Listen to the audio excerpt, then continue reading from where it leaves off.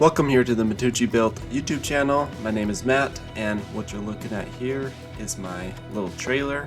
It's about 3.5 feet by 5.5 feet, and you can see when it's hooked up to my 4Runner, it's got quite a lean going on there, and we don't like that. This thing is super rusty, paint is chipping everywhere, and overall it's just a pretty small size for any kind of actual use. I bought this thing from my best friend about 6 years ago. He had it for 2 before me, and it has honestly been a little bit of a trooper, but I need to fit some sheets of plywood on it and just use it for a little bit more of basically replicating a truck bed, because I only have my 4Runner right now. Here's the little KTM brake light covers that I made in a metal art class, and they're still holding up great.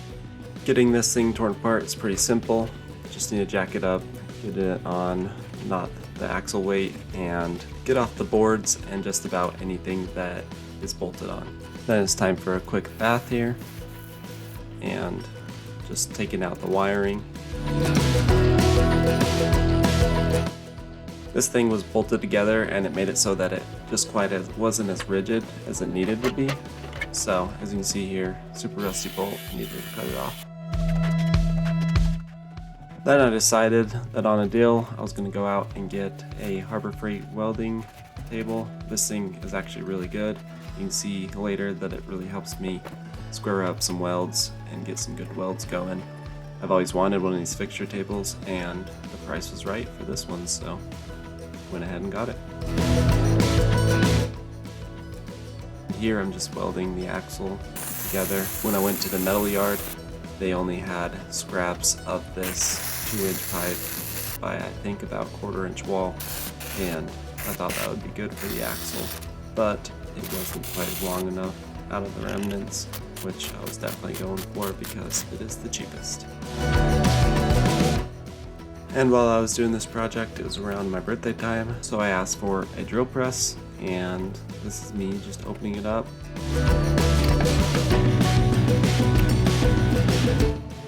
I'm drilling some weep holes for one of the tubes right here so that water drains out when this thing gets wet.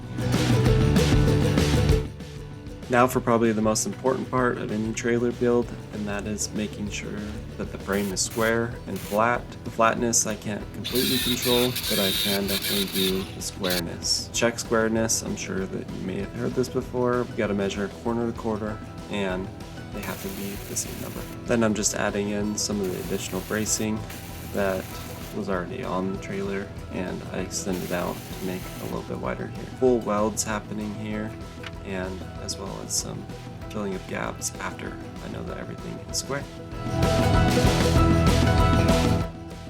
I am certainly a YouTube welder.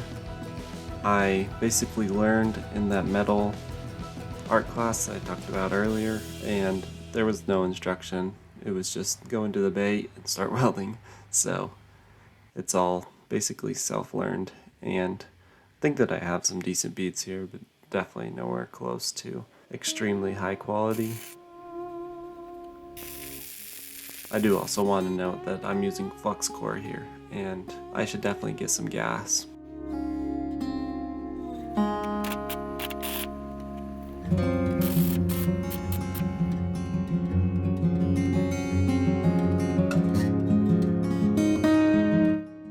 So I'm running into the issue that my axle is a little bit too short. It's actually touching the frame over here.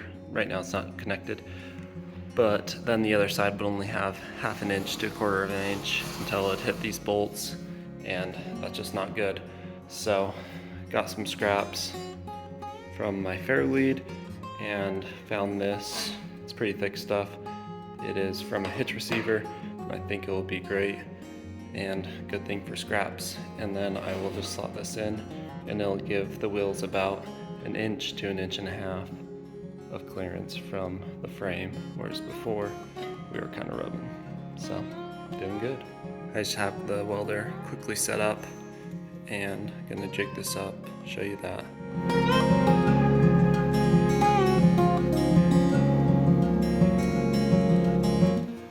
And you know how I was talking about getting gas? Yeah, now would be a good time. Except for I only need about a ½ inch here to finish out this weld, and my welding wire just ran out. At this point we are a few months in, and this thing's taking up a garage slot. It's getting cold outside, so I'm putting on wheels, even though it's not really going to help anything because since it's not painted, I can't really bring it outside. I watched a great video made by Beyond Ballistics. I recommend you go check that out.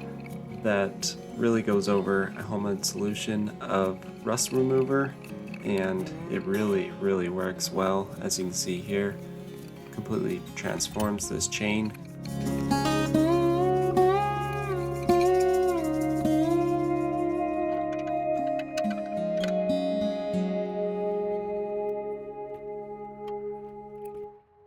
And I use it to spray certain spots that I can't really get to with the wire wheel on the trailer frame.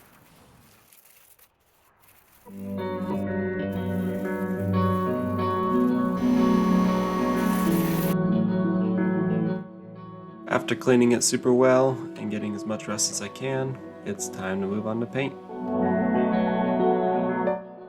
What I'm using here is Rusty Metal Primer made by Rust-Oleum. I'm rolling it on, but if I were to do it again, I definitely would recommend to go over to spray paint for this process. The brush just leaves uneven streaks within the paint, and it's hard to get even coverage. It takes absolutely forever, and it really doesn't promote a very good bond overall when you're painting on colder metal.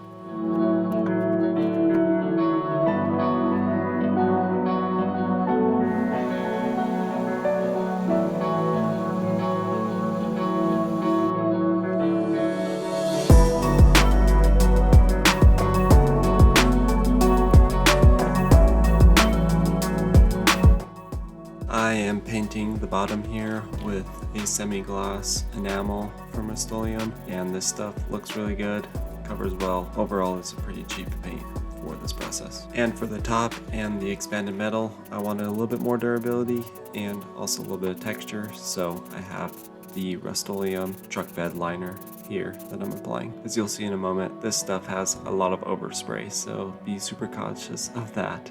I had to scrub this floor for quite a long time, and even broke out the Scotch-Brite pad. Here it's time to move on to riv nutting.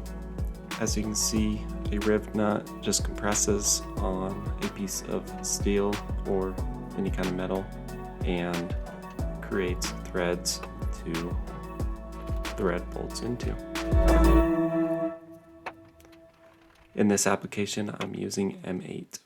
Then I'm putting on the expanded metal that I also painted with that truck bed liner.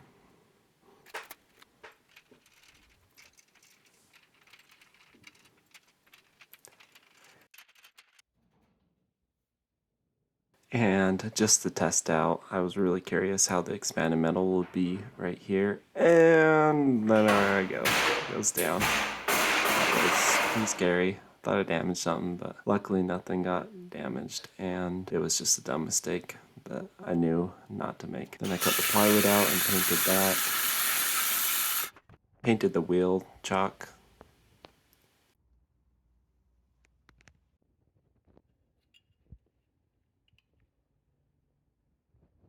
And made these little brackets with riv nuts that hold down, as circled here, my front tire dirt bike holders.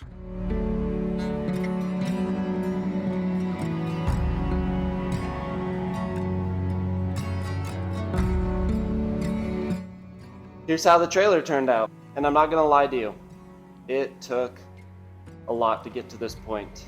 There were multiple times during this project that I wanted to quit, and of course, like we know, there's definitely a lesson within that. This project is a big reason why I haven't uploaded for the last about 2 years, and that's just because it took up so much time, energy, money, even though I did everything super cheaply, and just really a lot of willpower.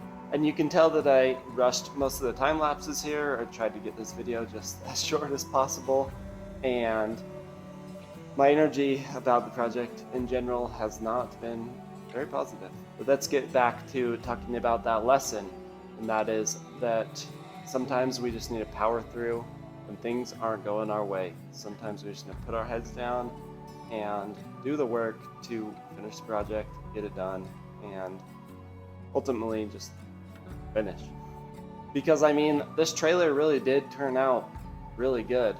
The end result was definitely a light at the end of the tunnel, and I made it so that my 4Runner can basically just be used as a truck now, a light duty truck at that maybe, but it'll carry my dirt bike around, another dirt bike, it will, you know, haul furniture or smaller stuff that I need to get around.